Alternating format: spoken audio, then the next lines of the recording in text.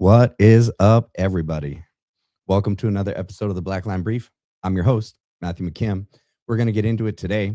I got two things to tell you.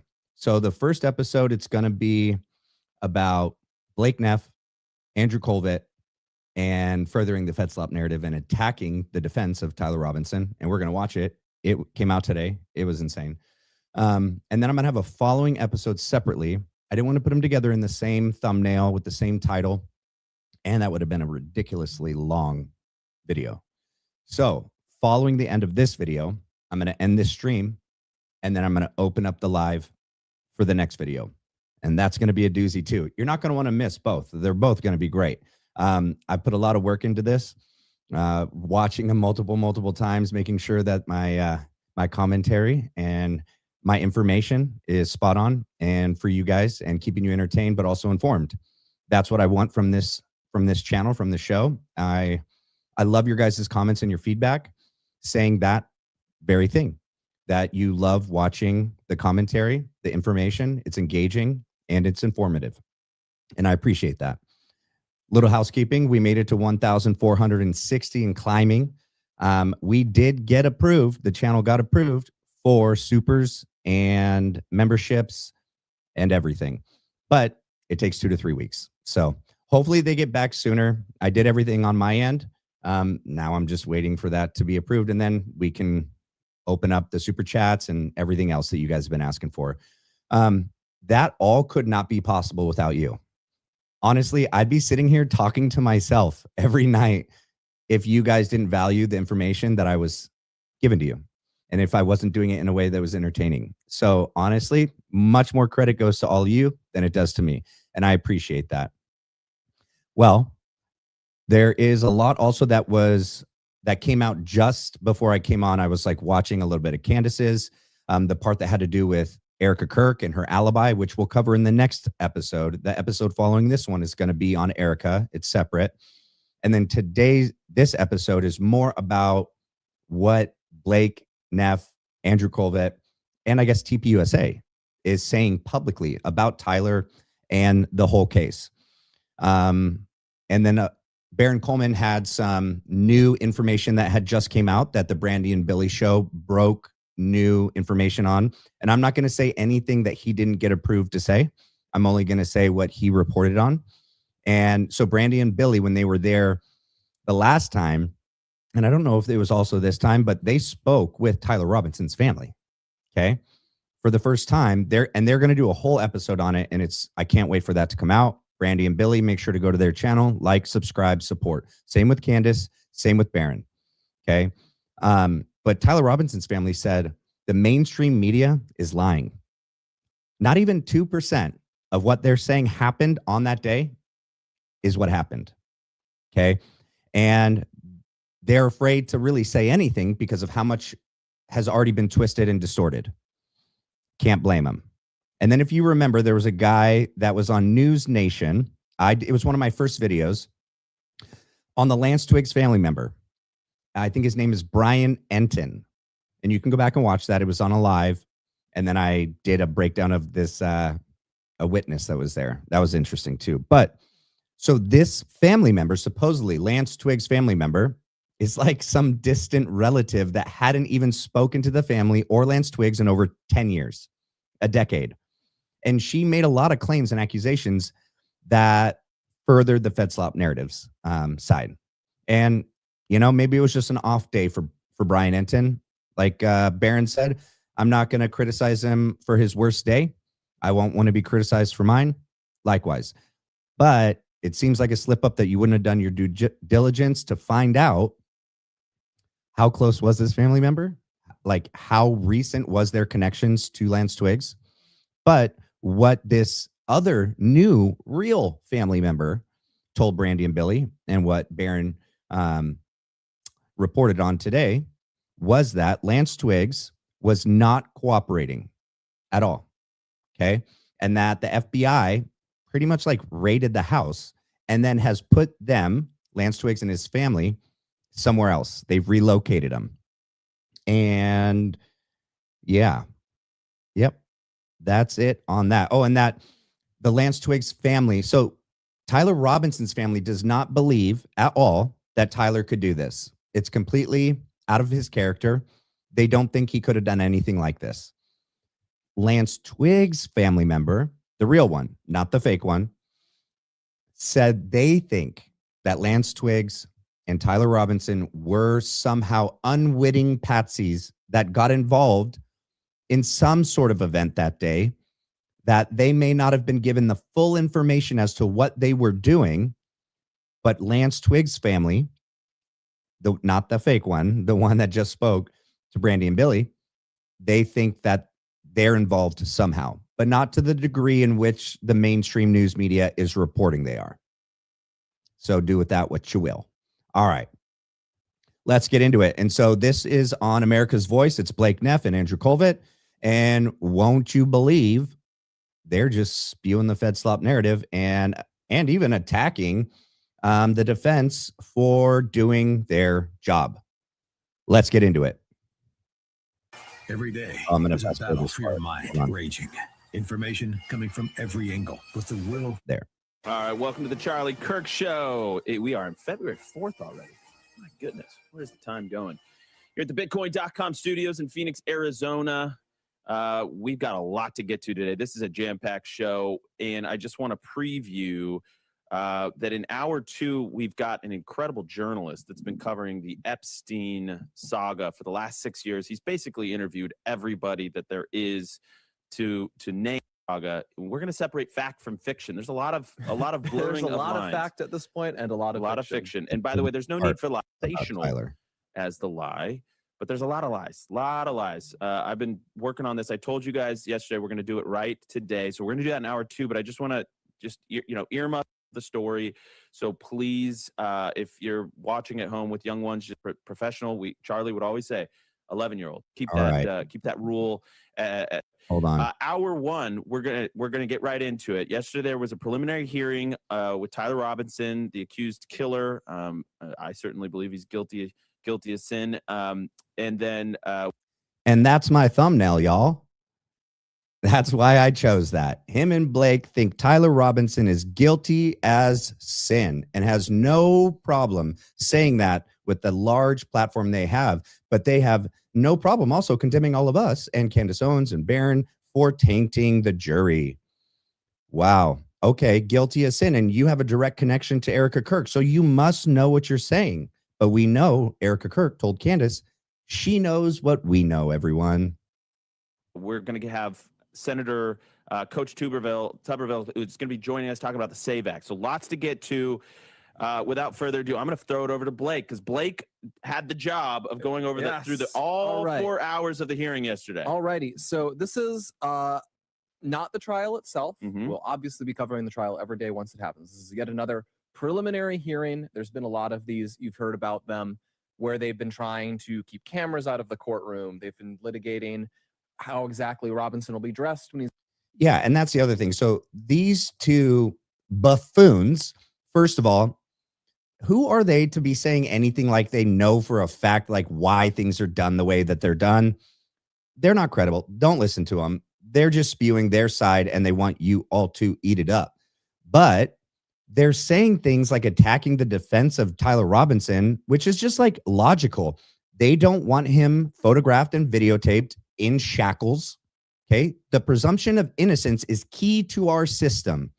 And when you photograph someone and record them in shackles, and that's why they allow him to be in like civilian clothes and not in his orange jumpsuit, it just has this appearance of guilt. Whether you like it or not, you see someone in shackles and in an orange jumpsuit, they look guilty. My bad. But so that's just doing their job, man. And other news reporters were taking pictures of Tyler Robinson's face and then ascribing meaning to them. Like, look, he has no feelings, or look, this is what he's thinking, and trying to then conclude something about Tyler's guilt based on his facial expression or body language. They even were having lip readers break down in slow-mo when they were doing video recording of Tyler Robinson talking to his defense team. And so, yeah, that's the other reason why they said none of that. That won't happen. But they're not, the defense is not trying to get no cameras in the courtroom. That's not what they're saying. They just want it limited to the case itself and not being focused on Tyler. All right. In the courtroom and so on. And what the claim yesterday is they're making a bid, they being the defense team, to disqualify the entire county attorney's office from prosecuting this case. So these are the county attorney's office for Utah County where the shooting took place. Can I stop us right there? Because there's, if you go on the internet, it's like the FBI, the FBI, the FBI. This is not a federal case. This is being tried. Case. Hey, I'm going to try not to swear. All right. But it's going to be hard because looking at these two buffoons and watching them say what they're saying makes me want to reach through the camera and just choke them. But that Jack, what comes after that. The FBI is the one that made the case what it is. Buffoon. They're the ones that found the rifle after the police did a sweep. And after the bomb dogs couldn't find it. Then these FBI agents show up and they're like, hey, you two rookie cops, you got less than a year on you. Why don't you go sweep it again, a third, a fourth time? And then they just happen to walk over and there's the rifle. Okay, that makes a lot of sense. What about the FBI botching the original arrest? Zinn, oh, he didn't do it. Okay, the FBI is the original, like the highest police force in the land. And you're telling me they came onto the show. They're the ones that set the pace and the direction, and local law enforcement looks up to the FBI. Come on. And they're the ones that pretty much built the case and then was like, okay, our work here's done. Take it over, Governor Cox, and Utah, you can finish the job. So yeah, dude, no one's saying that the FBI is still involved, but what they did damaged the integrity of the case. By at the local level, yes. The FBI assisted in the initial investigation. Conceivably, there could be federal charges someday. You never know. Like, for example, if something went awry with this. But right now, this is a state case in Utah. Utah County, that's where Provo is, I believe, sure. And one of the largest counties, but it's not Salt Lake.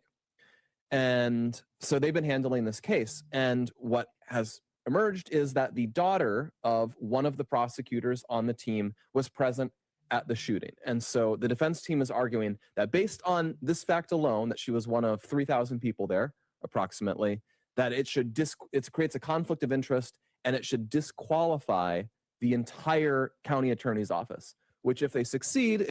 No, once again, you're phrasing it in a way that's not accurate and dishonest, so that you can tear apart that BS dishonest version of what they argued and then tear it down and say, look how dumb it is. I just destroyed it. No, what the defense is saying is that from the beginning, the lead prosecuting attorney, his daughter was there in danger. And in the beginning, we didn't know what else was happening. So neither did he. He was operating under the impression, like all of us parents would be, that his daughter was in danger and possibly might die. And you can't tell me that wouldn't cloud his judgment when he is the head prosecutor and finds the person that's responsible, and that he would want to make him pay. And even if he doesn't, he says he's impartial. There's an appearance of a conflict of interest here. And I'm not the only one. And because the statute's written that way, yeah, they need to be recused. And because he's the lead, that means he sets the tone and all of his little minions follow and do what he says. And they put out bulletins. They tried to reach out and ask everyone that was there that day, come forward, tell us your story, witness statement, give me videos. But his daughter, who he knew was there and had a video, they didn't contact until 10 days ago when the defense said, you got to do this. And then she was forced. And then why was it in closed session yesterday? None of us got to hear her testimony or see her. That's convenient. It's not material, like she's not like a key material witness to what happened, because if you go back and read the statements that followed yesterday's hearing and her testimony, they wrote an affidavit. She said she didn't see anything, but they took every opportunity to put in there little facts that the defense should have contested. They should have said, nope, I contest that. I don't agree with that. That it was a bullet, that it was a rifle, that they heard a gunshot. That everyone saw Charlie get shot. These are things that try to substantiate the prosecution's narrative of events, the FedSlop narrative. So even though they're saying like she's not important, they used her as an ability to further their narrative into the case. And they did it all day yesterday. And I did a video on it. It didn't get a lot of views, but I think it was good. Maybe go back and check it out. But nonetheless, that's not what they're saying, Blake. They're not trying to disqualify her because of that. They're trying to disqualify the team because there's an appearance of a conflict of interest. And I agree. And I'm the public. And I'm not the only one. You can take a seat. It would mean it would have to be taken over by either another county attorney's office or by the state. Huge AG. delay. Huge delay. Nope, no delay, dude. You guys don't know what you're talking about. The judge said himself, I haven't ruled on this yet. Everything continues as is. And the defense even said it. Hey, we don't need any more delays. We just need some other body to get involved to do the investigation. They shouldn't be investigating themselves to determine if there's a conflict of interest. That's like the FBI investigating the FBI to determine if the FBI did anything wrong. Yeah, that sounds a little asinine. I think a different legislative body needs to get involved to determine if there's a conflict of interest, and everything can proceed as normal until they determine whether there was or was not. That's all the defense is saying, man. God, these guys. Messes everything up, just drags the case out more, creates more uncertainty. That's entirely what their plan is. Now, thankfully, legal experts who've commented on this say this is a pretty big long shot. It'd be one thing if she was one of the one or two witnesses to the event. Right. Of course. This is 3,000 people, and plus everyone saw it very quickly online. And so the claim that there's some sort of special aspect to that is a long shot. But they were asking them about it in court yesterday. And what's interesting about it is it gives us an insight as to what evidence they've collected so far, what they're planning to bring, and also what the defense against it might be. So, for example, they had Agent David Hull, one of the investigators. They had him on the stage, and they were just cross-examining him. Yeah. The state itself was actually cross. Yeah, Andrew goes, it's the stand. It's not the stage, Blake. He didn't even catch that. But even the lead investigator on this case, first of all, this guy gets up there and he calls it a projectile. He doesn't call it a bullet.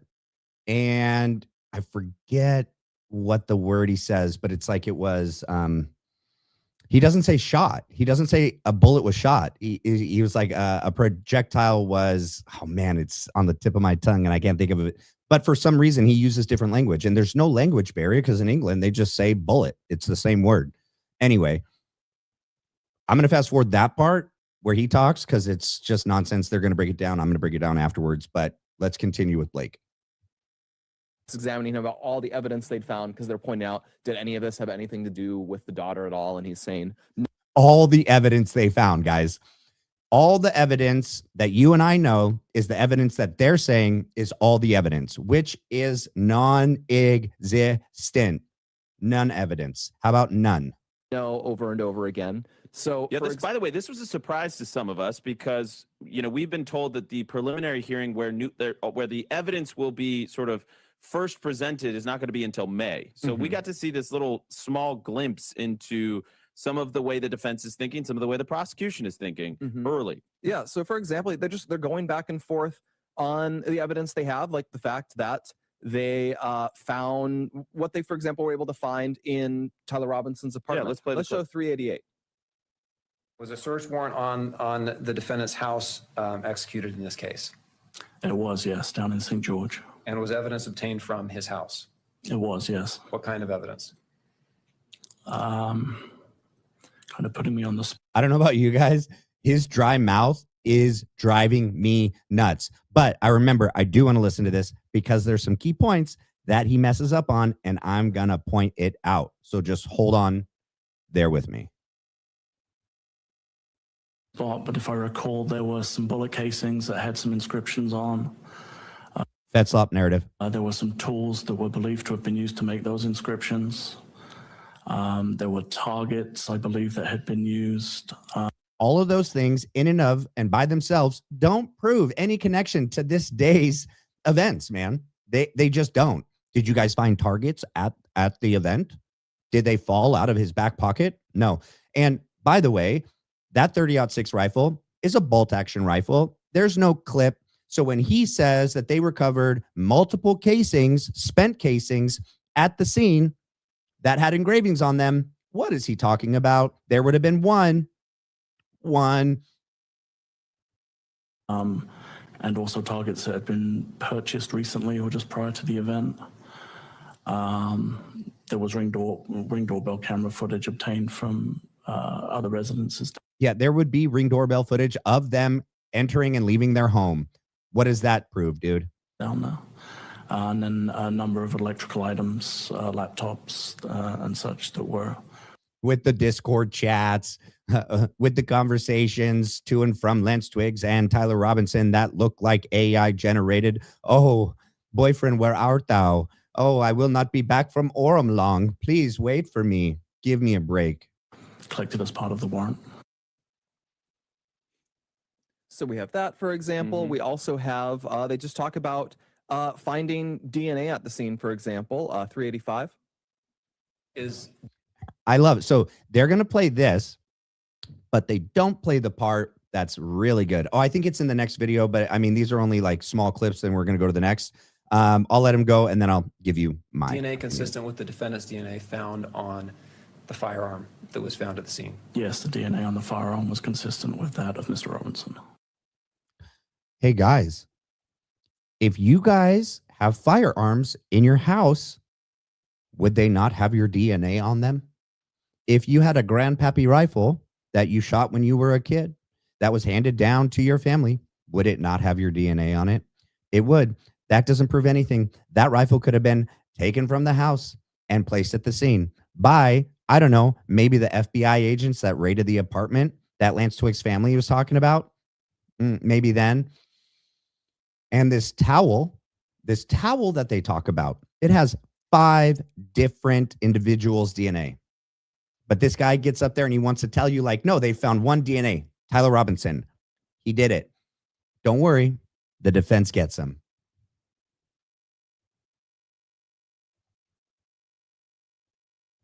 And then, interestingly, they follow up on that, where then the defense team shows up and they try to do some back and forth on this. Let's do 387. They don't try to do back and forth. She does her job and points out a very key point that you two morons seem to gloss over,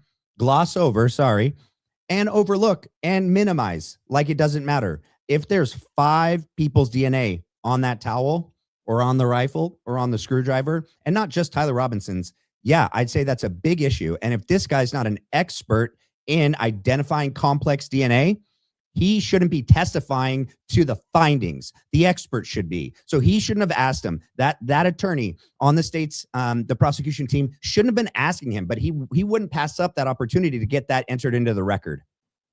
Are you aware that the DNA evidence that was seized from the scene consisted of a mixture of at least 5 different individuals? I'm not a DNA expert. No, you're not. So you know enough to say what helps him, but you're not going to answer whether or not there were 5 individuals mixed into that DNA. I'm not aware of that, no. Okay. And you're certainly not qualified to interpret complex DNA mixtures, are you? Nope. No, I'm not. Okay.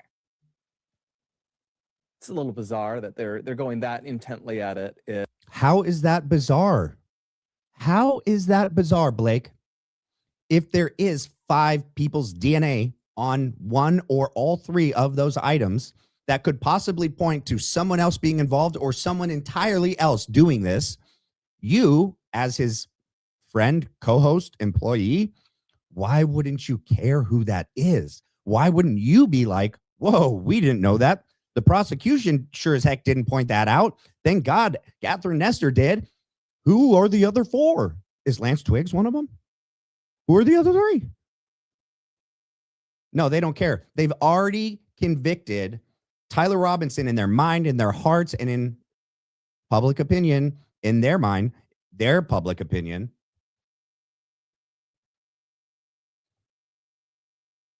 In what is, again, a preliminary hearing, yet I guess that's a sign of what we might have to expect when this finally goes to full trial. Certainly. Yeah, you're going to have to expect that she's going to do her job and defend Tyler Robinson. Thank freaking God. Try to muddle the waters yeah, on DNA evidence. There's a ton of reasons why you would find multiple people's DNA. Yeah, look at these two acting like they're DNA experts. That freaking investigator of 20-something years can't even testify under oath on anything regarding complex DNA. She asked him directly, do you know? No, I don't. But these two would have you believe they figured it out, and they know all the different reasons why 5 people's DNA would be on a piece of a rifle, a cloth, a towel, a screwdriver. Do you know one of the most obvious ways DNA gets onto an object? Because those 5 people touched it, used it, were part of carrying it, moving it, not just by brushing against it. Yeah, that could happen. DNA transfers easily, but it also transfers from direct contact. DNA on anything, Yeah, actually, but a because key people thing shed is- DNA, but yeah. to see one with a pattern that's connected to multiple different scenes, multiple different places, plus all the other evidence that there is, including video evidence. By the way, The video evidence that they won't show us of supposedly Tyler Robinson in the prone position taking the shot, but they'll show us everything else. Some person grainy from far away in a dead sprint jumping down off the Losi Center with no rifle in hand. That's the evidence he's talking about. That's what he's talking about. there's a clip on video evidence that we have, right? I'm trying to get the exact number because it's not. I don't see it in our sheet. But they had a back and forth where they just asked him, because the reason they're asking this is they're diving into. They're kind of unpacking. You didn't catch this person because of a video taken by the daughter in question. In fact, she didn't have a video of the shooting itself. So I think it's 390 actually. So this is Agent Hall response to video on the rooftop. Explains 2 different recordings. 390. That roof that was recorded in that video, first, is there And they're talking about something that's not even the Losi Center. They're talking about the Hall of Flags. I don't know why they're bringing it up. That video can't identify anyone specifically. They can just see a figure running across that. And yeah, they are going to try to use this as defense that, you know, the prosecution's daughter was not a material witness to the actual crime. But you know what? The defense wasn't arguing that. That's not what they're saying. The conflict of interest arises because they didn't notify the legal body above them about this conflict of interest, proceeded as if there was no conflict of interest, didn't pursue the daughter to get a testimony, a witness statement, or to obtain the video that she had recorded. And so that legal body above them, that's an elected figure, rushed for the death penalty, knowing that those two, the person that chooses whether or not they seek the death penalty and the lead prosecutor, have known each other for over 22 years. Yeah, I'd say there's a conflict of interest, bud. Now, there was another, though, where they just ask him, do you have other stuff? And he says, actually, we have a ton of surveillance footage from the university of someone, you know, kind of tracing the suspect off campus. Then why can't they show us any footage that shows Tyler Robinson clearly? Why can't they show us anything, just even a still photo that's timestamped on UVU from that day that would put us all at ease? Oh my God, Tyler Robinson was on campus that day. Look at that photo. No, because it doesn't exist, and you're alluding like it does, and you're such a freaking buffoon, man. And then he says they have Ring doorbell footage from Orem, not just we knew about from St. George's, where, you know, around that area, but they also apparently have some from the vicinity of the shooting, tracing the suspect into the woods where they later found the firearm. They say they have security footage at businesses on the road back from Orem to St. George, where so you get this.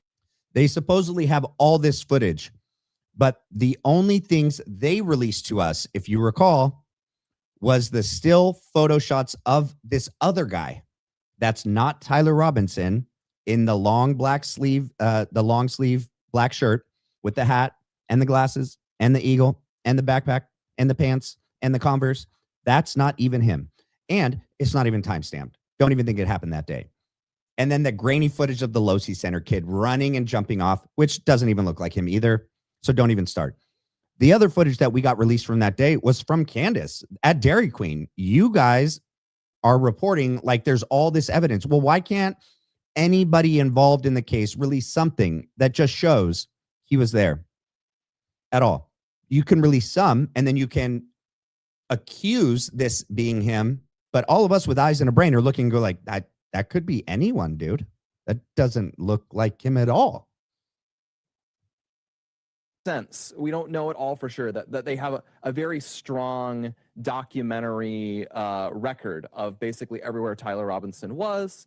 We haven't seen all of those videos. We'll presumably see them when the actual trial. But it occurs. felt like the big headline from this is it really came into focus that they are trying to get the entire prosecution dismissed because one team member, and this was a hand-picked crew of prosecutors, one of these prosecutors happened. All right. I'm trying hard not to say jackass, but I mean, if it slips, it slips. So, I mean, Andrew Kolvet and Blake Neff, they just do that to me. I can't help myself. So the guy that chose the team, the guy that handpicked every single one of those prosecutors is the guy that's known the lead prosecutor for over 22 years, worked side by side together, known each other, known family. They do events. They go and do speaking engagements and stuff together. They know each other. Handpicked him. That guy is the guy that decided, he's the one that does decide whether or not to seek the death penalty in the state of Utah in that area. That guy knew that the lead prosecutor's daughter was there at the event, and they all chose to do nothing, say nothing, not ask for another higher, separate, different legislative body to investigate to make sure that there's no conflict of interest. No, they didn't say anything. The defense found it out, made them then, bring it up in documents, and then eventually got her to come in and then testify yesterday in court in a closed session, nonetheless. But there's clearly a conflict of interest, or else why would they have not just come forth with it, been upfront? Why didn't they just seek her out and get her witness statement and her video like they did the thousands of other kids that were there that day? Only when the hand was forced did they do it 10 days ago. To have an 18-year-old daughter on the scene that day. Yeah. We'll play more video on the other side of this break. We'll be right back. Yep, and I already got that pulled up. We're going to hop right to it. Let me make sure it pulled over. Well, that's just me. My bad. I did it. Thank God it was just a little bit, you guys. I didn't really have to play without the video.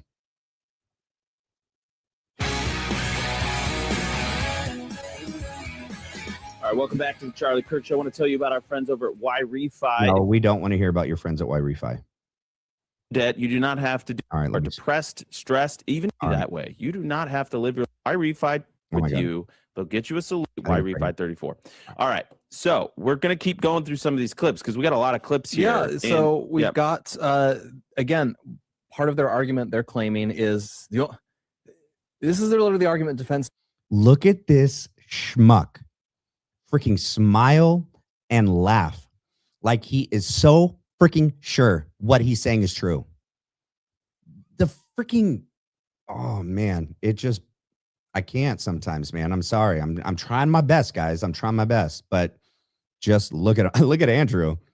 He's like, what are you doing, dude? Why are you laughing and smiling while you're saying what you're saying? It's not a good look. Yeah, neither of you are a good look, bro.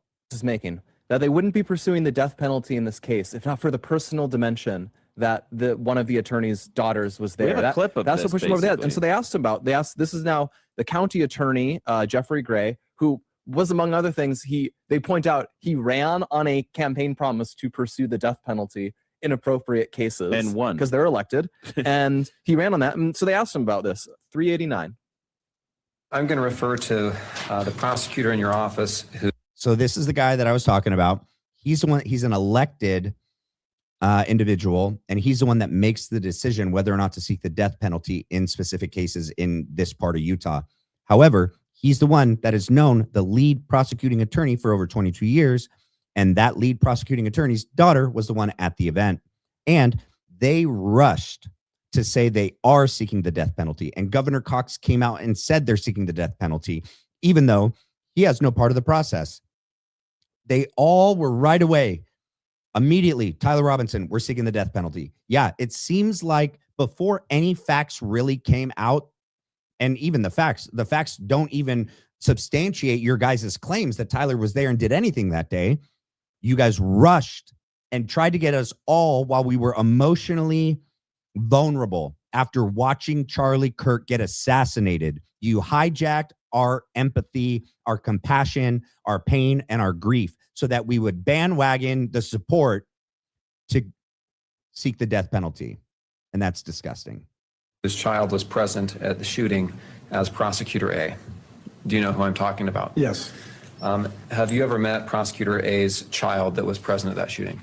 Not that I could remember. Yeah, not that he could remember. 22 years he's known the lead prosecuting attorney. They're calling him Prosecutor A. I don't know why. The guy was just up on the stand, or actually he comes on after. But I'm going to hop forward. I did a video. I broke all this down. You guys can watch it from the other day. I more care about what Blake and Andrew are saying.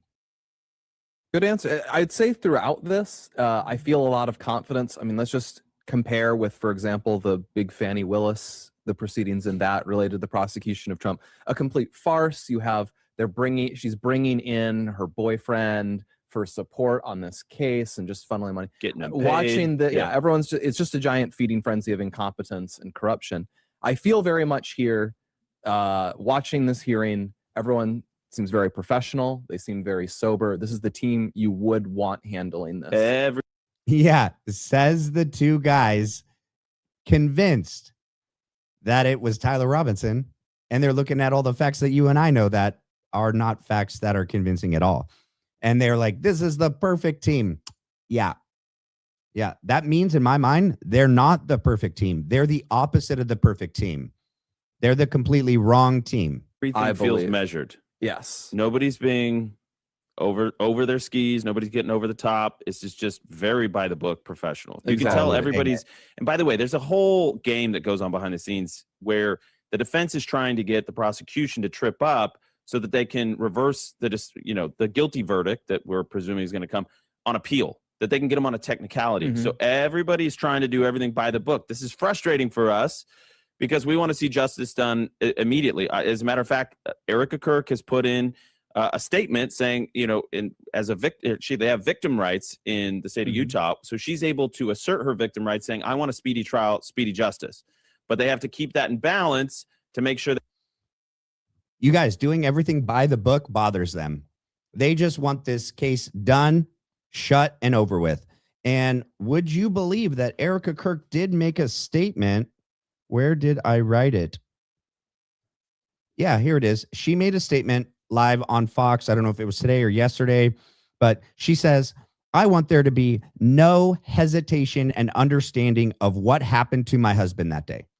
Yep. And she wants this case to move forward quick, fast. And she wants it to be Tyler, and she's already made up her mind. And she wants him to be punished in the ultimate sense. they don't overdo it and rush too fast, so that to give the defense an excuse to, again, reverse it on appeal. I have a couple more clips we want to hit. So I mentioned this in the last one, but I wanted to get to it. This is Agent Hull again talking about the Ring doorbell footage they were able to get. 426. You said you collected surveillance evidence from Utah Valley University. Is that right? That's correct. Did that give you some additional information on identifying the shooter? It did, yes. How about doorbell cameras for the areas around Utah Valley University? Yes, we collected a large number of doorbell camera footage from multiple residences in the area.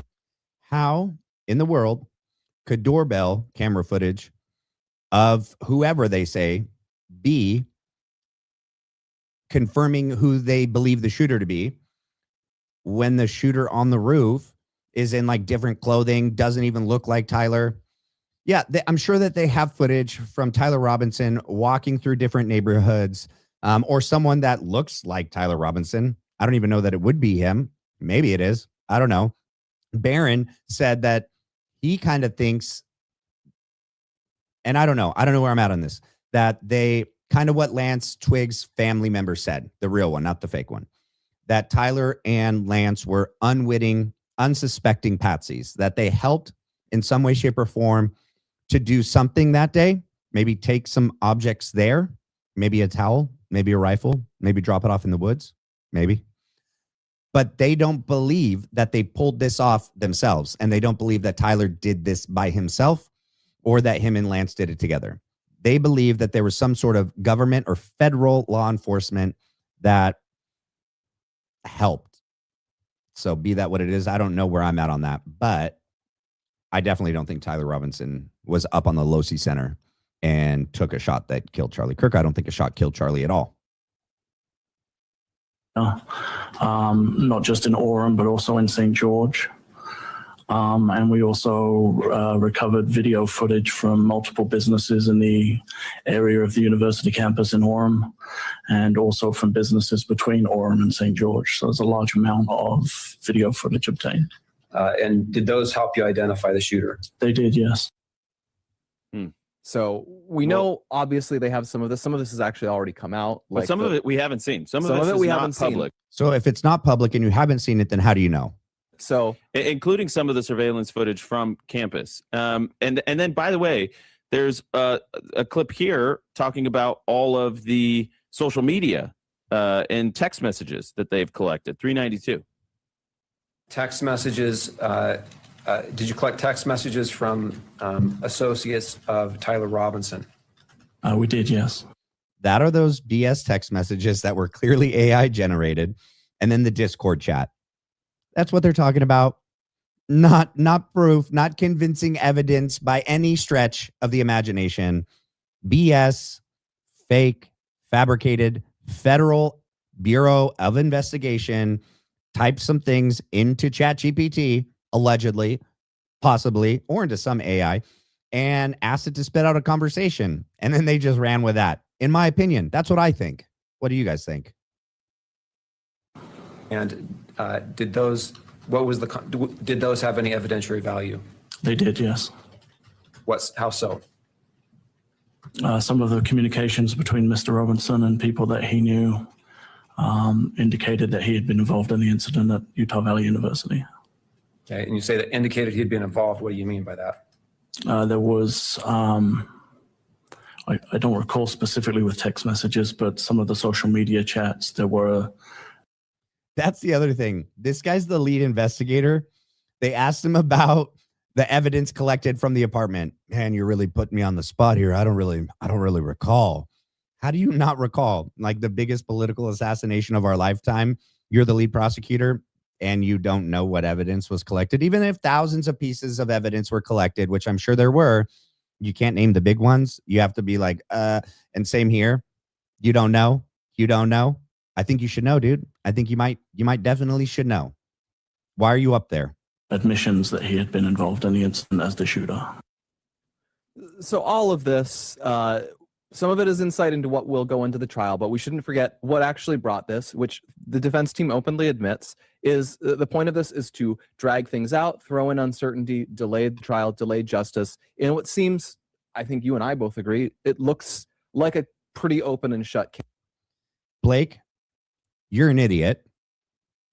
They're not trying to delay justice. They're trying to uphold justice for a 22-year-old kid that we all think didn't do anything, maybe was an unwitting patsy that was coached along by federal agents, allegedly. And you think that they're just like stonewalling to drag this out? No. Justice is actually defending their client, making sure that some little young kid, young 20-year-old, man, I had just joined the Marine Corps when I was 21. I can't imagine facing what Tyler Robinson is facing at 22. And yeah, so they're going to do their job. That's justice. A rush to convict and then put this kid to death. How is that justice? How is that just, Blake, in your mind? Case overall, but the goal is delay. And in fact, they admit that themselves. Let's play 394.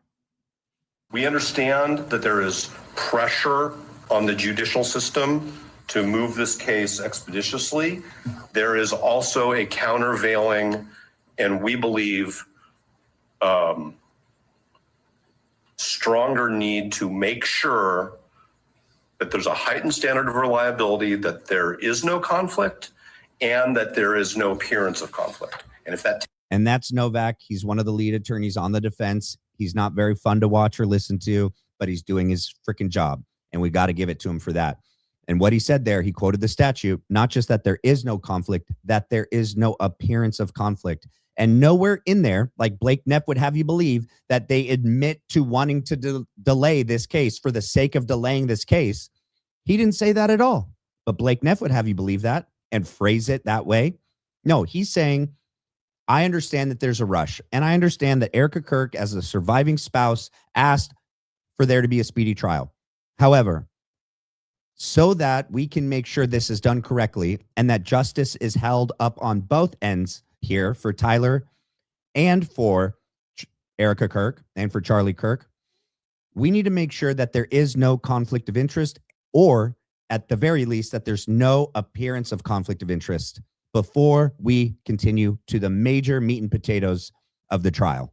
Takes a little bit of time for another prosecution office to get up to speed. The investigation's going to continue. The discovery production is going to continue. The lab work's going to continue. None of that is going to change. None of that is going to change, you guys. So there's no real delay. He just wants another legislative body to come in and make sure that the prosecution and their team have no conflict or no appearance of conflict. He said all those other things can continue as we approach the date of court, which is not even set till next year. The next hearing is in May. So no, Blake, he's not delaying for the sake of delaying. Nice try, dude. So, just give us a little bit of time to get a whole to new make sure- prosecution team. Yeah. That's honestly, bro, did we watch the same video? Did you two just watch and listen to what we all did? That's not what he said.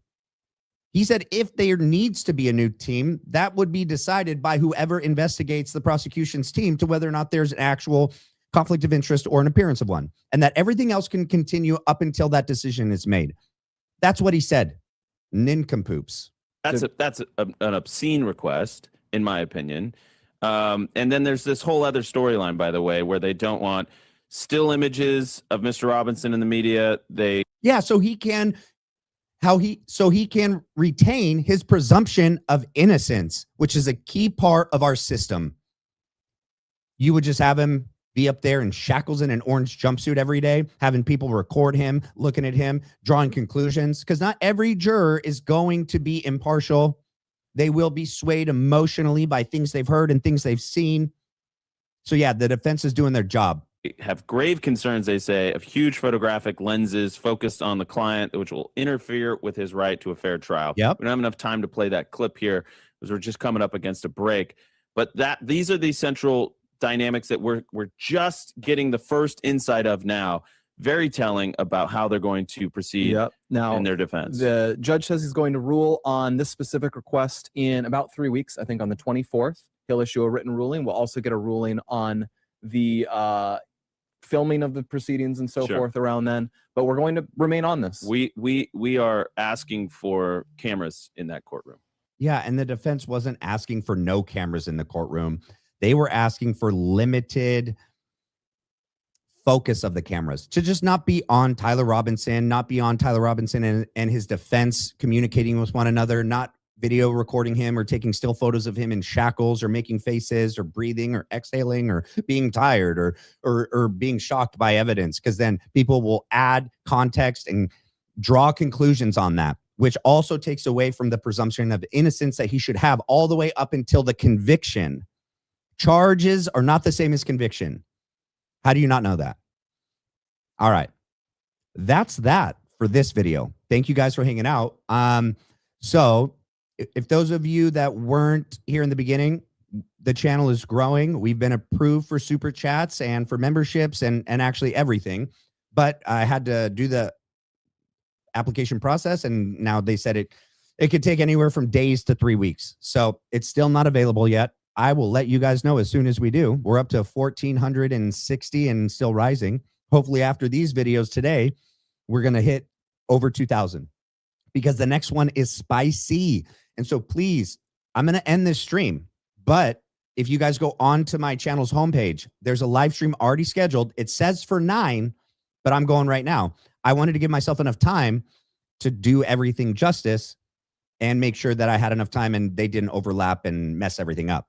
So that 9 o'clock live where we're going to be breaking down, and boy, is it good. I watched it twice and it was painful. I did it for you. I did it so you didn't have to. And I got timestamps written out, and we're going to go over the best parts. Okay.